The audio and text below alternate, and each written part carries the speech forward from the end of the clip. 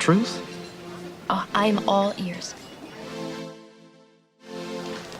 Okay. The truth. I always tell the truth, even when I lie. Why do you find it so hard to believe? Why do you find it so easy? It's never been easy. You want answers? I think I'm entitled. You want answers? I want the truth. All I'm offering is the truth. Nothing more.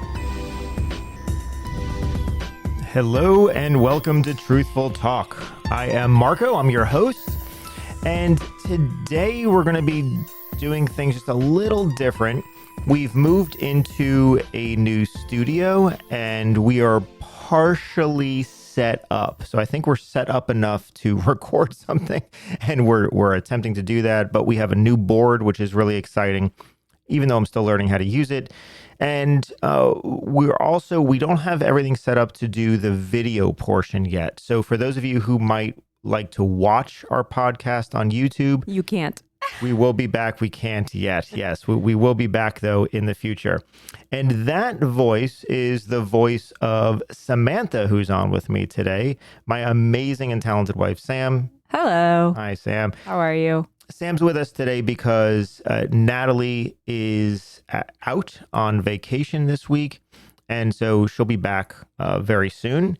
But until then, I figured we'll have Sam come back on and bless our presence and talk about who knows what. Well, I'll try to have Natalie's fun energy. Natalie does have good energy. She has amazing energy. And so wherever you are, Nat, and whatever you're doing, hope you're having fun. So, one of the things, it's been a while since, Sam, you and I have done this, on the podcast. It's been a few years. Yeah, I mean, because we talk every day, but right. Not in front of other people. Not in front of others and not on some sort of recorded platform. So, yeah. But, something that I thought would be a good thing to talk about and to share, and especially if anyone else is dealing with something similar, is over the past year, Sam's been dealing with cancer recovery. Yeah. And it was about a year ago, it was last August. Yeah. Right? August 2nd, I think it was, when... August 2nd was the day that I noticed something different. That you noticed something. We were actually in rehearsal for a theater show. And Sam and I were acting in this show, and, there was something, I remember you yelled or you screamed and you felt like a... We were in rehearsal, and Natalie was actually our director, and she was directing me, and I was yelling, and then I felt like I had pulled some type of muscle on my neck. And when I went up to touch it, I felt this very hard lump, and I thought, wow, I must have just pulled some type of muscle or something, and something tensed up. But I sometimes think I'm a doctor. Hey. So I'm like, I'm fine. I don't have anything. I must have just pulled a muscle. Right. And you actually were concerned, and you said, I think we should go get that checked. And I'm like, it's just going to go away in a few days. Yeah, something about it just didn't look right. Yeah. And it didn't feel right. And I was like, well, why don't we just go get it checked out and get an expert medical opinion before we jump to conclusions? Yeah, because it was a lump that was right on top of my collarbone. Kind of, we call that the soap dish area. You can sit a soap in there. And that was just right above my clavicle. It was this ball, and it was very hard. So I had no idea what that was. And so we were in a rehearsal, and I remember saying, thinking, no, we should probably get this checked out. And you set up an appointment right away. Wasn't it the next day? I know, which is bizarre because somehow we got in to see. Yeah, I mean, thankfully we have a really good doctor, and so she saw us the next day, and then that was the start of this whole thing. Now, just so everyone's aware, fast forward, Sam's okay. Before we go into this whole journey of a story, she's okay. She's in remission right now. Yep. And that's where we're at. So, just want to give you that, so you're not sitting here waiting to wonder what what the prognosis is. But at the time, of course, we didn't know.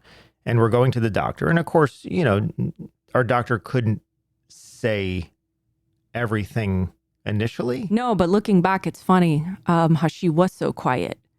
And we were like, not that she was quiet and we were wondering, why is she quiet? No, she was just she wanted to make sure that she followed steps before she said anything.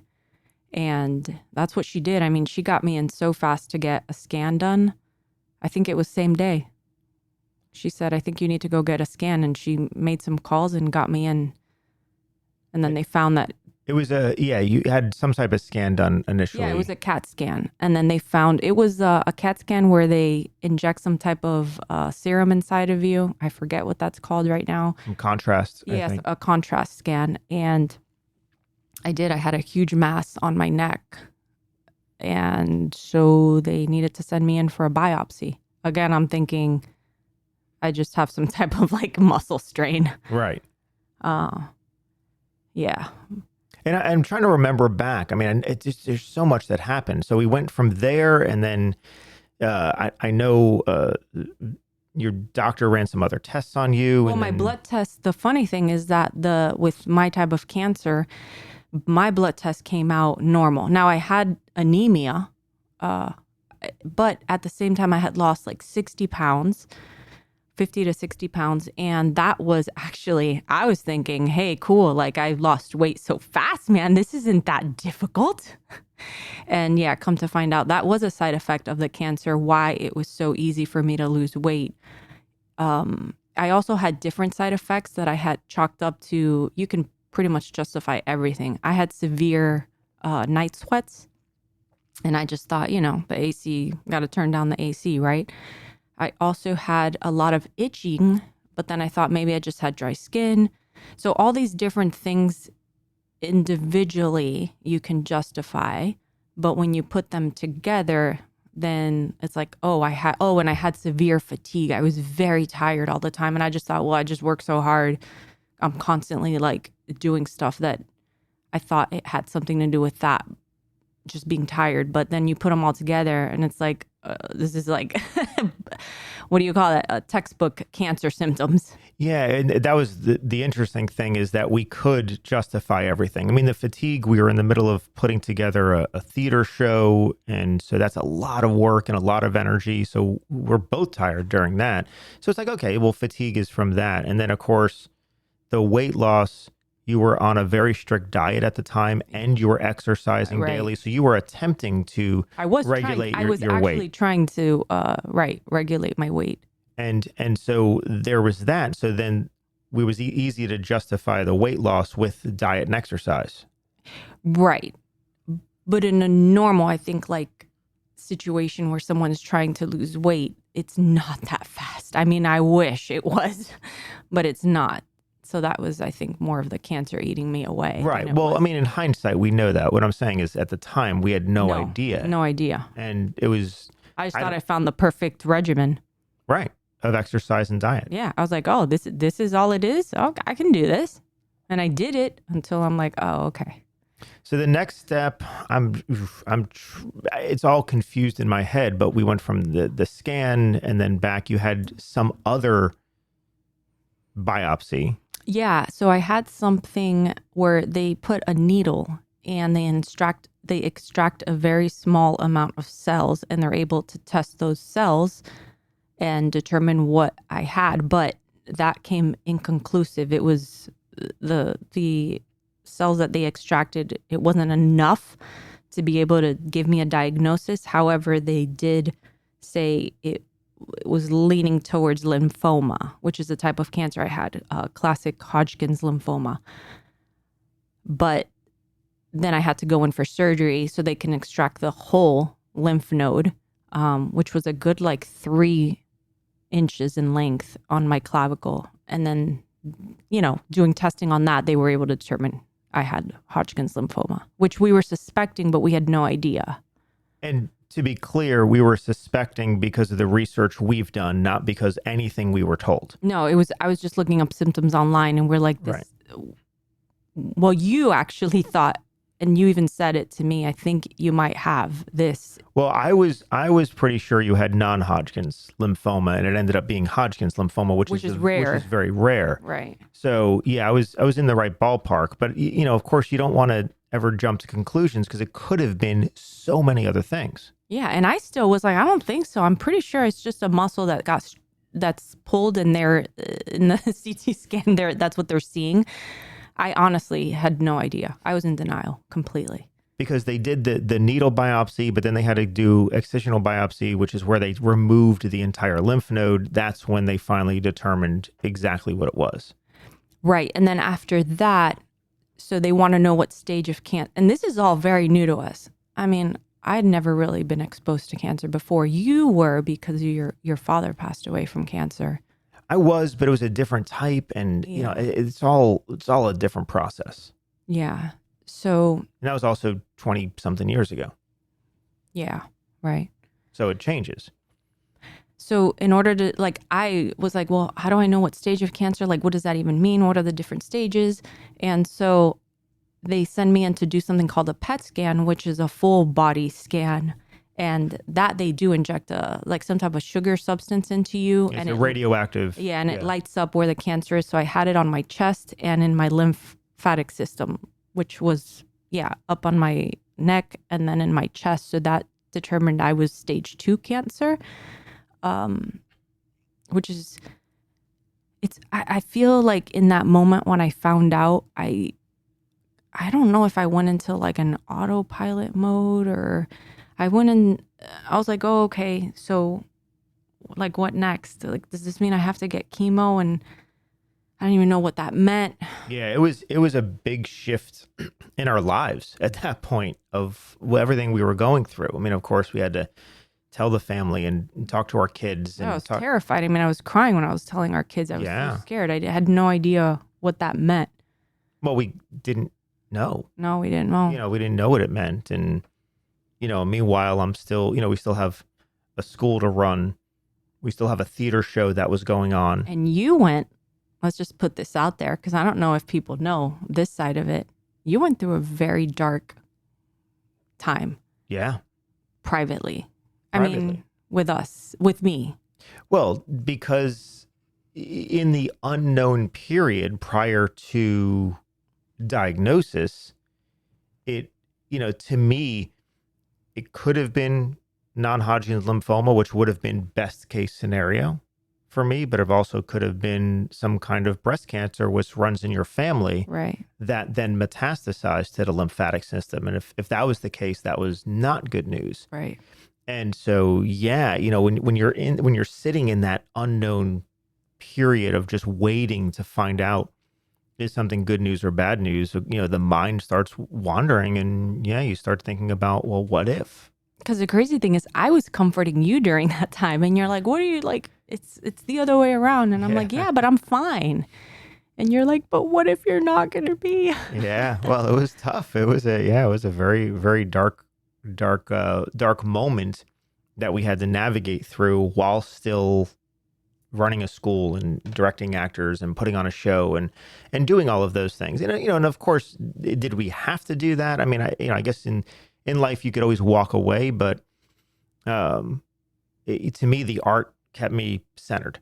Yeah. You know, working with my students and working with actors and working with all of that actually kept me going and kept me centered and gave me something to be hopeful and inspired by versus just sitting alone going down a dark tunnel, because you're just waiting. Yeah. You know, and your mind just keeps working and working if you're not actively doing something.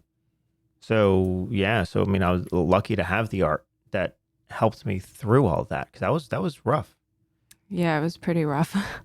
Especially the unknown of like, okay, I'm going to have to get chemo. And what does that mean? What does chemo do to your body? Like, what does that look like? So the chemotherapy was the treatment for the type of cancer, and radiation was not. Radiation was not, because with radiation, it's so specific on if you have a type of cancer where they can focus on and pinpoint it, then they can use the radiation to try to zap it.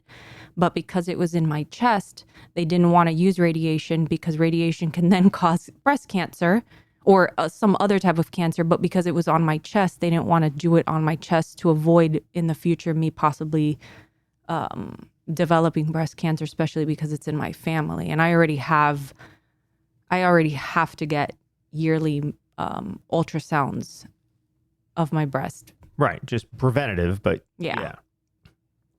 So then the next step was chemotherapy. And of course, this all happened so fast. You know, I know. That was the weird thing. It was all just, it went, because we happened in August, and then I'm trying to think of timelines. End of September, I started chemo. Like, it was all very, very fast. And so in September is also when I begin my new semesters. I have a new semester at Truthful Acting. We have my new semester at the university. So there's all of the new semesters of school starting. Your mom was very sick at the time. My mom was very sick at the time, so we're trying to deal with that. Our kids are, starting their new, school year. There's just so much going on. And, there's just times in life where I think you're just not fully prepared for what's coming up. But at the same time, we're capable of dealing with it. Yeah. Because somehow we adjusted everything. Didn't really drop. The only thing we really dropped off the radar was the theater. We had to put the theater, we had to, just kind of stop production of things in the theater just until we get back. This theater is still dormant now, almost a year later. It's just difficult because of the mindset. Like, mentally, I wasn't in any state, obviously. I have to deal with my health to try to even think about putting up another show or having other people, like, because it's like, oh, well, maybe you can continue the theater and put up another show and run another show. But your mind was just on me that whole time. Plus, you had to pick up a lot of the slack of certain things that I take care of. Right. That I handle because I wasn't able to. A lot of household things, kid things, all of that. So you became like Mr. Mom, Dad. Yeah. I mean, you were everything. Caretaker. And plus, I wanted to make sure I was available to go to every single one of your doctor appointments. You didn't miss one. Not one appointment, not one session. I mean, I love you so much for that. Oh. There's a lot of people that are not that fortunate and have to do that alone. So I'm very grateful for you. You were right there by my side every single moment. Was not going to leave your side. I think that helped me so much. And the interesting thing, though, is as we went through the chemo, which we can talk about in a minute. So in case anyone is dealing with something like this, you can have some point of insight, at least from our point of view. But the one thing we tried to do was to find the light in all of it. And I remember going to the hospital, for the chemo sessions and everything else. We were practically like, that was like a second home to us. We were there all the time. But it was like, okay, we're going to turn these into dates. Yeah, it's one of my favorite memories, honestly, is being in the hospital with you and going to the cafeteria before my chemo. Yeah. Actually, my chemo was really early in the mornings. I was doing them around 7:30, I think, and we were there till like noon. Yeah, it was about a 4-hour-ish process. Before chemo, like appointments that I had, we would go to the cafeteria and eat together, and that was really special and that was really sweet. Yeah, but the hospital was our date. Yeah, because we were there a lot, and we were there together. And yeah, even if I was sick and felt like throwing up, we were still there together. So then we started the process of chemo. Now the chemo was 12 treatments. I want to say it was 12 treatments it was twice a month. Yeah, 6. So it was about 6 months. Mm-hmm. And so you get infused, and Sam had 4 different chemo drugs. Yep, it's called ABVD. So 4 different drugs that do 4 different things. And yeah, where are you going with that? Well, just explaining what you had, what your treatment was. Yeah. Sorry, my mind. So I have this thing, just so you guys know, like brain fog. It's really bad. They call it chemo brain when you're on chemotherapy, but it's affected me beyond, which maybe it's normal. It's very, very normal, where my mind just kind of goes blank and I don't know what's happening. So I have to regroup and Yeah, it's almost like you have a limited short-term memory yeah. where certain things happen and then you're not I even just- too sure what was just said or what. No, I just... completely lose my train of thought and then I don't know what I was saying. But yeah, okay. So going back, my treatment was ABVD, and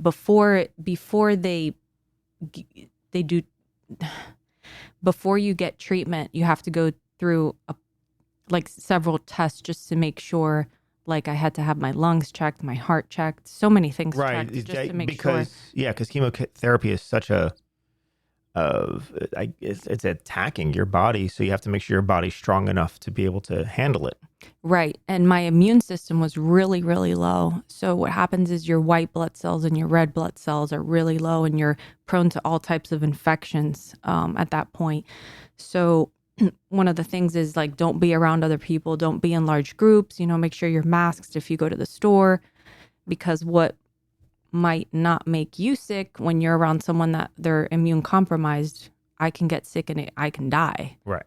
So my cell count was very, very low, plus the anemia. And so that it's really scary. Like I got a little bit paranoid where I was afraid of, even when my kids were come home from school to come say hi to me in the room. I was like, if you've been around people, like stay away from me because I don't want to get sick. I'm so scared. Right. We had to semi-quarantine you. Right. In the bedroom. One of the cool things we did, we converted our master bedroom into almost like a hotel suite type of thing. We wanted to make sure. Cool. Yeah, we wanted to make sure we had everything just in this one room where Sam could be comfortable.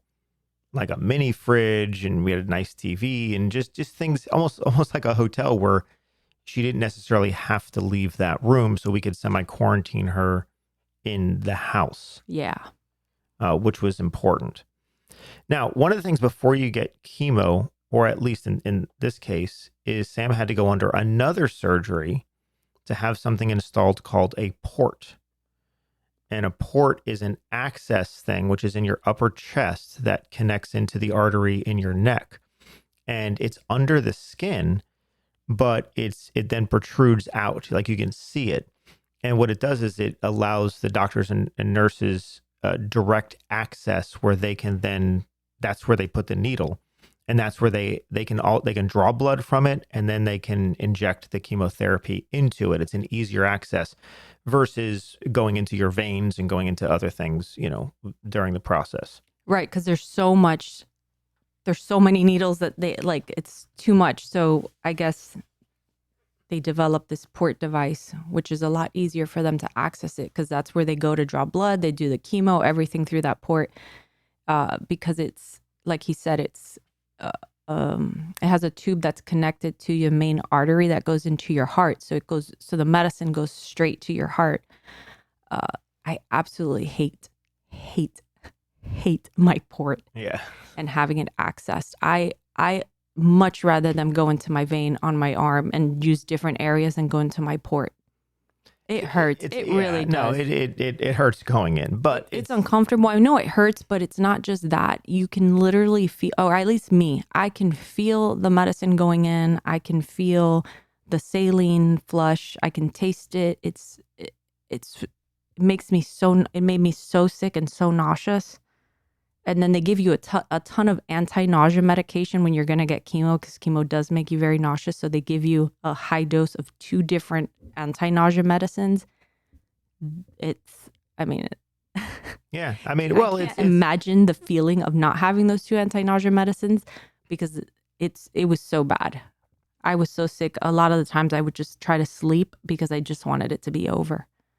You feel so sick when that medicine's going inside of you.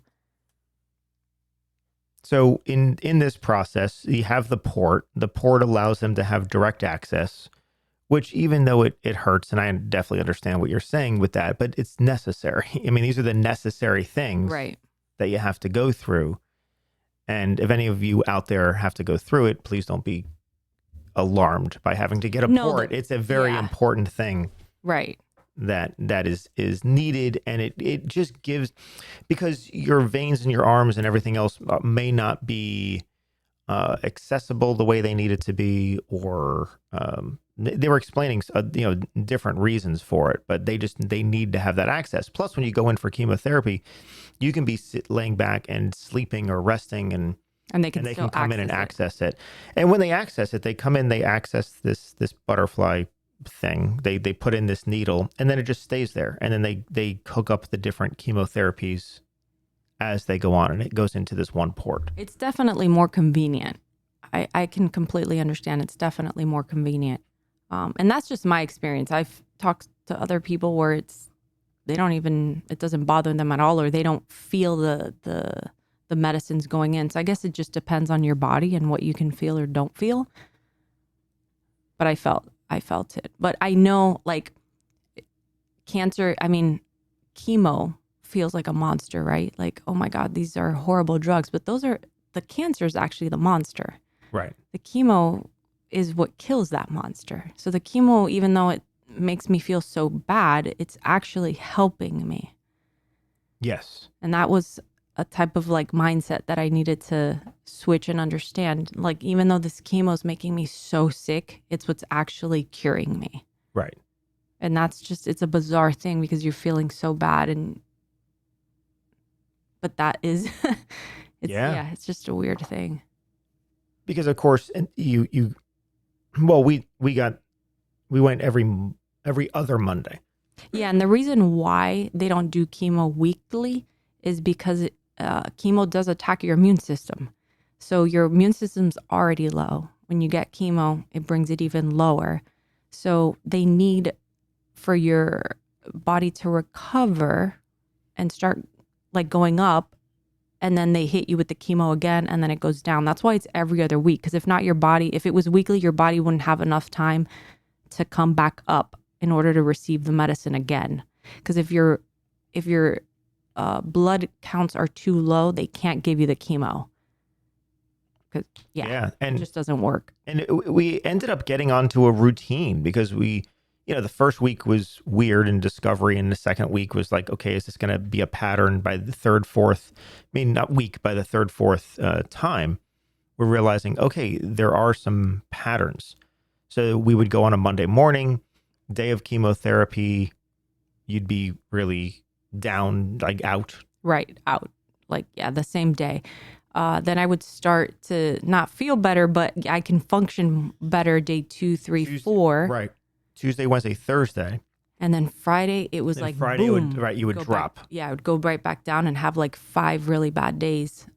And it was, we saw that it started becoming a pattern. So I knew, Right, like Friday through Monday, Friday through Tuesday, it would be like this really, that would be the worst days of it. That would be the worst. And then the Wednesday, and then after that, I would start going back up.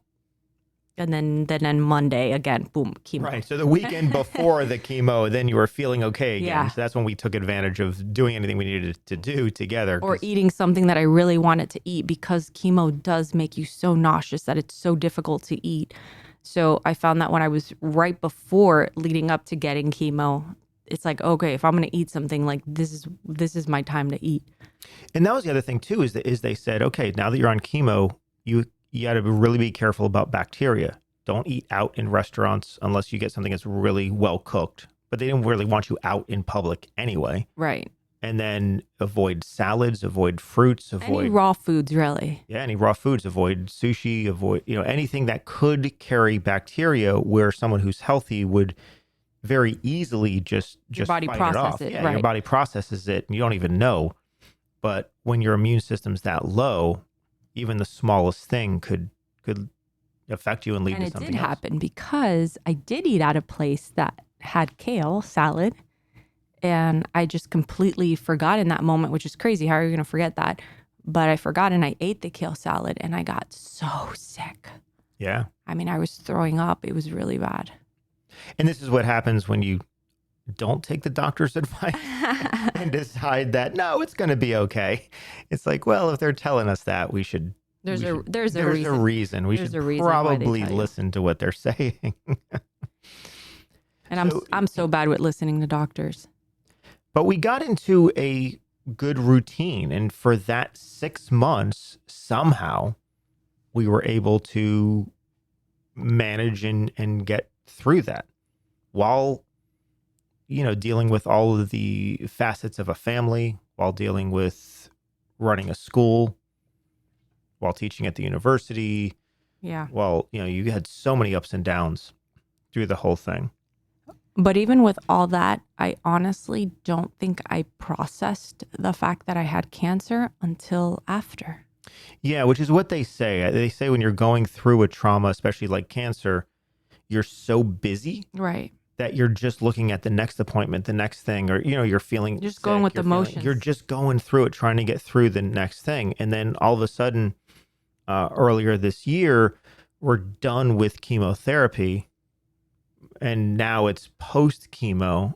And of course, you're still feeling bad. Yeah, I finished chemo end of February and we're in July, right? Yes.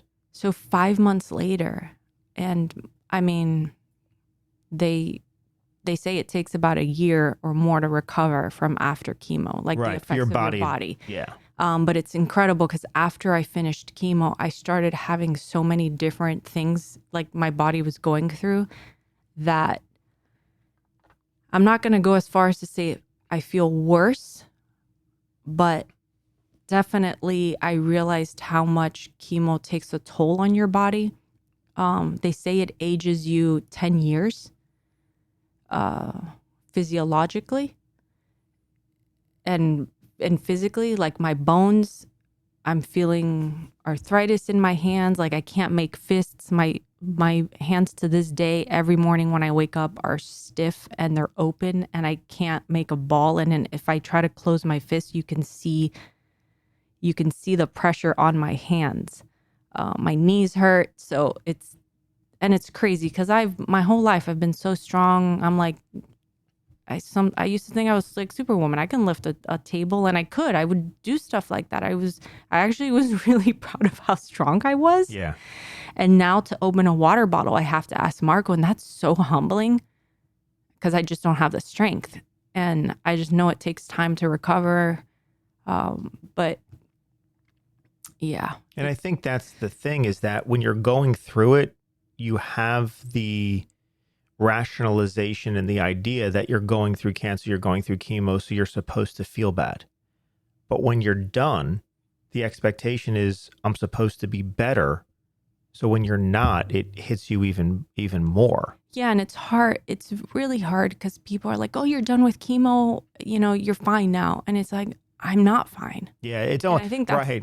We almost like that. We don't want to tell people we're done with chemo because there's this expectation from the outside now that, oh, everything's okay, and it's not yet. Oh, it's definitely not. I mean, mentally, emotionally, I've gone through so many roller coasters. Feelings and, the fear of, am I okay? Can I develop some other type of cancer? Will it come back? I have to have the port in for a year.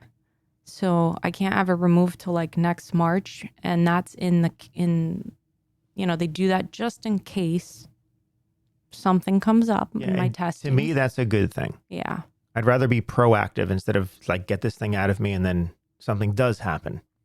Right. Like, they've come to that conclusion from years of research. Right. Of saying, nope, we remove it and then cancer comes back. So we need to make sure that we can react if it does. Yeah, it makes total sense. But there is this, it's very similar to postpartum depression. Oh, 100%. It's You- exactly the same, but with sickness. Right. Yeah, you're dealing with something, and you're so consumed with dealing with whatever that is that your mind is distracted enough not to focus. It's post-cancer depression for sure. I don't know if that exists. I haven't looked that up, but that to me makes a lot of sense. I had PCD. Yeah, right. When you're done with the trauma and now you're in recovery, now your mind actually has time to process everything you went through. Yeah. And because of my age, chemo pretty much, I think, threw me into menopause because I'm having all types of, on top of everything that the chemo did, I'm having all these side effects of menopause, which is huge. And I don't think people talk about that much, or there's not that much information. It's not readily available or spoken about so much, which is menopause and how it affects women at my age. Because in that, depression is a part of it as well. So, yeah mentally, it's been tough. So if any of you are going through something or know a family member, friends that are going through something, especially like a cancer or some sort of treatment, just know that the depression and the mental state of things, it typically can be better during the process than after. It's after the process is done, meaning after they finish chemotherapy or the treatment or anything else, that's when people need help. They need someone to talk to. They need to they just need to process it. And sometimes that can take a while. So just be sensitive to that. Yeah. And a big thing for me was my hair, like knowing and the thought of, am I going to lose my hair and what am I going to look like? And that was very, very scary for me. But once you start losing your hair and then you realize how much it's falling off, like I understand why people say shave it before it starts falling off, because that way you don't have to deal with having these lumps of hair falling. And I waited as long as I could because I'm like, I'm gonna wait as long as I could. But then your hair, I looked so stupid. My hair was so thin. I'm like, I'm just gonna shave it, and it was cool. We had it. It was like a family thing. We did a family event with that. Yeah, and they all took part. My kids and shaved my hair. Each one of the kids took were able to cut a piece of your hair. Yeah, and shave it. And shave it. And now I'm like, my hair is growing back, and it's growing back super curly, which I didn't have curly hair before. And now my hair is like really thick and curly. And I've been called sir a few times, which is kind of, it's fine. Well, it's just you're at that stage. I'm at that stage where I don't really want to be seen because I look like Toad from Mario. From Mario, yeah. I have like this hair on top of my head that doesn't want to like sit flat, so I look like Jerry Seinfeld. That's what I actually look like. I look like Seinfeld. Seinfeld from the show, like when he was in the 90s. Yeah, in the show in the 90s. I got that weird hair. So, yeah, and that was something that, that is also difficult to deal with. Sure. It feels great when you shower. I'll give you that much. I've always wondered what guys felt like with having short hair, and I'll tell you what, it feels pretty good. But it's growing back. It's growing back. It looks good. Yeah. It's thick. You love me. I do. But it does. I know if you're comparing it to what your hair used to be, but your hair was a different color. It was. It was long. Yeah. So it's right now in process. Right. And I actually don't want to dye it or do anything to it because I want to see what it does naturally. Well, you haven't had your natural color since you were like 15. a teenager. Yeah. Yeah, since I was 15. We'll see. Maybe I grow some really cool, luscious, long locks. Maybe. So at this point, so we're beyond the chemo. We're several months away. Sam had another PET scan post chemo, which is what they do to say, okay, where are we? And that PET scan showed it was clear of cancer. Yep. So it did not show any traces. Whoop, whoop. And now it's kind of a waiting game. We go in every 6 weeks to have something done and, and reevaluate. And there's going to be another scan in the future. And really right now it's just kind of being as preventative as possible and hoping it stays away. But the interesting thing is, we weren't prepared for this. And I don't know if you can be prepared for this, but in my own mind, I always thought if somebody in our family was going to get something, it would be me. Just, I'm older. Being a male that typically would get some type of cancer. So, knock on wood with that, but it's that. Oh, so when all of a sudden with Sam at such a young age and, and not having this in your family and not having at least this type of cancer in your family. Right, because it's not, this type of cancer is not something that like runs in the DNA. Right, and they don't even know where it comes from or how it's developed. Right. It just appears. Mm-hmm. So it caught us completely off guard, and which as things do, as life does. But I will say, if you're having any type of symptoms, and I'm not like trying to freak anybody out there, but my first symptom, thinking back on it, was itching. I was very itchy. Like I would wake up very itchy on my stomach, and I didn't have a rash of any, like at all, but I was very itchy, and I didn't know why I was itchy. But then again, dry skin, right? Which I guess is for this type of blood cancer Yeah. common. Yeah, like my chest was very itchy for some reason. So yeah, I think it's important to, if you have any sort of symptoms, just go get them checked out. Just go get them checked You out. just never Yeah. know, and do as much preventative stuff as you can. Right. But do you have any advice to like anyone that's either starting to deal with this or going through it, or what advice would you give? Listen, I don't want to give any cliche answers, because that's what most people do is, it's, you're going to be okay. And we really don't know. You really don't know. And even if you have a type of cancer like mine that is treatable, I'll tell you what, at least this type of cancer, you hear a lot of people say, well, if you're going to get a cancer, like let it be Hodgkin's lymphoma, because that's the curable one. And that sounds great, but that's the last thing anybody that has cancer wants to, like, we don't want to hear that. Cancer is cancer.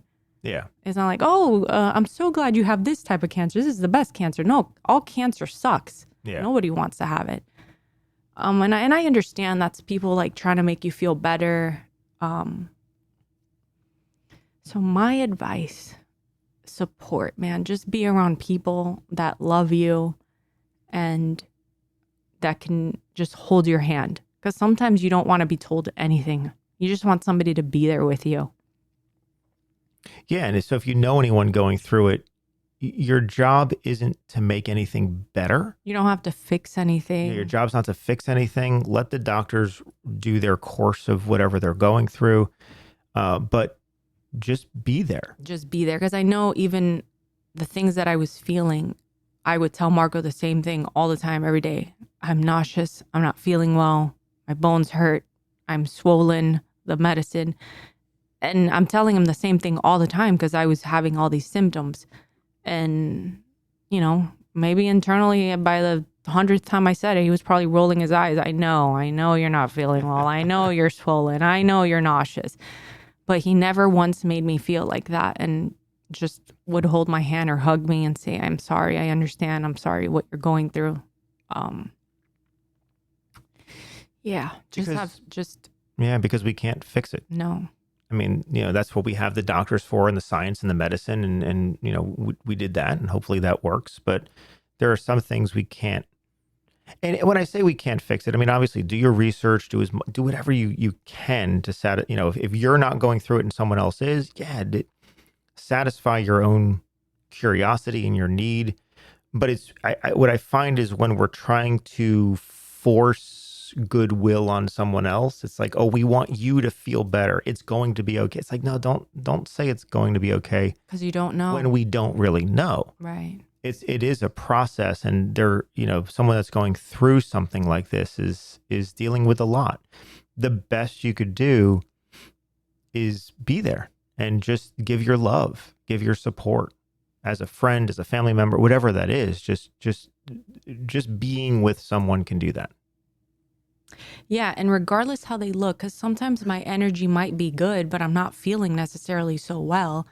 It's like, you look so good. Yeah, thank you. That doesn't necessarily mean I feel good, but you just have to push through it, I guess. Well, and sometimes you're faking it. I mean, you're out in public, which right I know through the process you rarely did, but then the rare occasion you go out in public, you try to put on that strong face and you put on that persona, and then everyone's like, oh my God, you look great. You're doing so well. And it's like, yeah. Behind closed doors is different. Thank you, but right. Yeah. It's an interesting process to go through. Yeah. It just messes with your head a little bit. And I'm being super honest. I'm not trying to be a Debbie Downer here. I'm literally just explaining my process and how I felt. But I'm, you know what? I'm really appreciative of so many people that reached out to me and that were people that I didn't even expect. We had great support through the students Would reach at out Truthful to, oh my Acting gosh, and- we have so many great students, and I'm so blessed. And I mean, there were students that I had just met before finding out I had cancer and saw them once or twice, and during my whole process they were there, like as far as just reaching out and saying, hey, I just want to check in, sending you love, just like that. Yeah. And it was so sweet, and it really did mean a lot. So something as simple as that, just reaching out and saying, sending you love, Right. thinking about you, things like that can go really far, because I know that really did mean Sometimes a lot to you. That means more when you send somebody a message, when you know someone is going through something and you send them a message saying something like, hey, I know you're going through a lot right now. I'm just letting you know I'm thinking about you. That means more than, hey, how are you? Because how are you opens up, like, I'm feeling a lot of things. Like, what am I supposed to say? I'm fine. You know, And like, you don't have the time or energy to I don't have explain the the time. whole Right. thing. I don't have the time to explain it. So I'm good is just my response. So the thought of sending love feels, you just feel it really more deep. Nice. And, in today's episode, I know we normally come on here and the goal is to be somewhat inspirational or somewhat, I don't know, informative. Who knows what we're talking about. And usually around the arts. This was a little bit of a diversion of the arts, but as artists, both Sam and myself, this was a diversion. Life does get in the way. Yeah. And as an artist and as a human being, life gets in the way. And we're always going to be dealing with those things. And for me right now, it's still scary because I'm not like past it. Like, I do set design. I love set design. I love working with my hands. Anybody that knows me knows I love working with my hands and being creative. And, I sit and whittle wands and I with a knife and I grab a branch outside and I'll make a wand out of a stick of wood. And I can't do that. And I haven't been able to do that because my hands hurt. And it's scary because you don't know, am I going to get back to that? It's as if you work with your voice every day teaching, right? It's as if something happened to your vocal cords and you're not sure if you're ever going to be able to like teach again. That's Right. scary. So for me, it's my hands. Like, am I ever going to be able to hold a knife again and like whittle a stick? Right. Yeah. And that's the unknown It's the unknown. we're in right now. Right. And, in the theater, we were in the middle of a black box short play production last summer. We finished that production, even going through everything we were going through. We finished that. But then we had to temporarily shut down the theater, meaning for a year, we decided, okay, we're going to close the doors on Theater on the Edge while Sam recovers, because Sam is a huge part. And I say a huge part, it's without Sam, I don't know how the theater functions. So it's one of those things where we did have to put something down while we were dealing with this. And then at some point, hopefully later this year, we'll see how we feel. We'll pick up something for the theater and maybe get some of that going again for the art. But I guess I say all that because there are times in life where we do need to set things down, even things we're passionate about, to deal with things that are more urgent or important. Yeah. And that's okay. And that's okay. Yeah. We kept the school running. I still maintained teaching at the university. I mean, there's certain things we kept going. All of our kids' extracurricular activities, we still maintained. Oh yeah. I mean, life that. goes on. Yeah. So we tried to maintain life as much as we could. But the reality was something had to give in order for us to deal with this new thing. And what was that? And so for us, it was the theater. And so we put the theater into kind of a dormant state. And then we'll be looking to come back to that once things settle down a little more. And I think that's just a good lesson for life. Sometimes we need to put some things down, deal with what we need to deal with, and then we come back to it later when we can. Right. My love of it is still there. Oh, sure, of course, right? Our love of theater and our love of everything that we're going to do, and we'll get back to it. Yeah, for sure. But we need to finish the recovery. Yeah. We're still mid-recovery of the cancer. Yep. So hopefully, if any of you out there are dealing with any of these things, our heart goes out to you. We understand how difficult that can be. And it seems like nowadays, when Sam was diagnosed with this, it seems like just about everyone we knew at least knew somebody else that was either going through it, has gone through it, was just starting to deal with it. It's, in all different stages.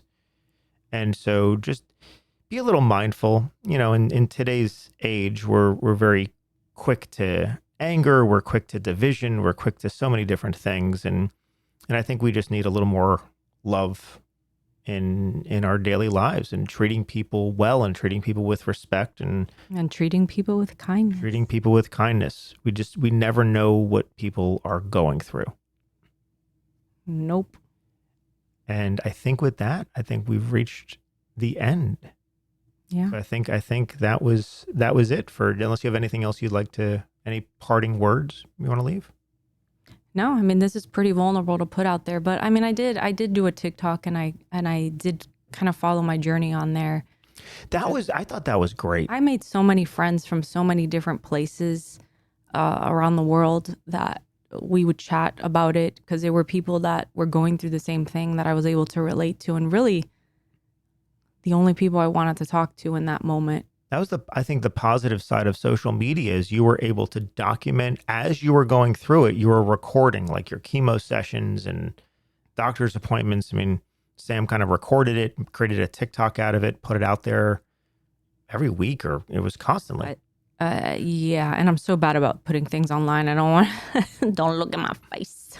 I don't want to be out there, but I did it. I thought it was important, and if nothing else, to me, it was important for the future. Like when I'm a little old lady, I can go back and be like, "Oh my God, remember when I did these TikToks and I had cancer?" Well, and so many people thanked you for it, and you've reached out to you, and you were talking to people that were going through something similar. So many people. It's nice to have that support group. So that was the positive for sure of social media. And it's a way of that, a new form of art, which is social media art, and your videos and all of that really was helping people. Yeah. I am a firm believer in TikTok. Yeah. And the positive that it can, I mean, it helped me so much. I met so many people. We connected. I learned a lot from other people's stories. So please don't take TikTok away. Yeah. So, all right. Well, on that note, we will conclude this episode, but thank you all so much for listening. Natalie will be back very soon, and we'll get back to talking about acting and some other things, but we thought this was a very important topic, especially since I had Sam on back on with me today. I just thought it was too important to overlook. So hopefully you get something out of it, or if you know someone that's dealing with it, please share this episode with them. It's just too important to let go. Yes, thank you. So Samantha, thank you so much for being here with me, as always. I love you. Oh, I love you too. You're my lobster. And Hashtag friends. I appreciate that. All right, everyone. We will see you again soon. Remember to treat yourself with kindness, and we'll be back soon.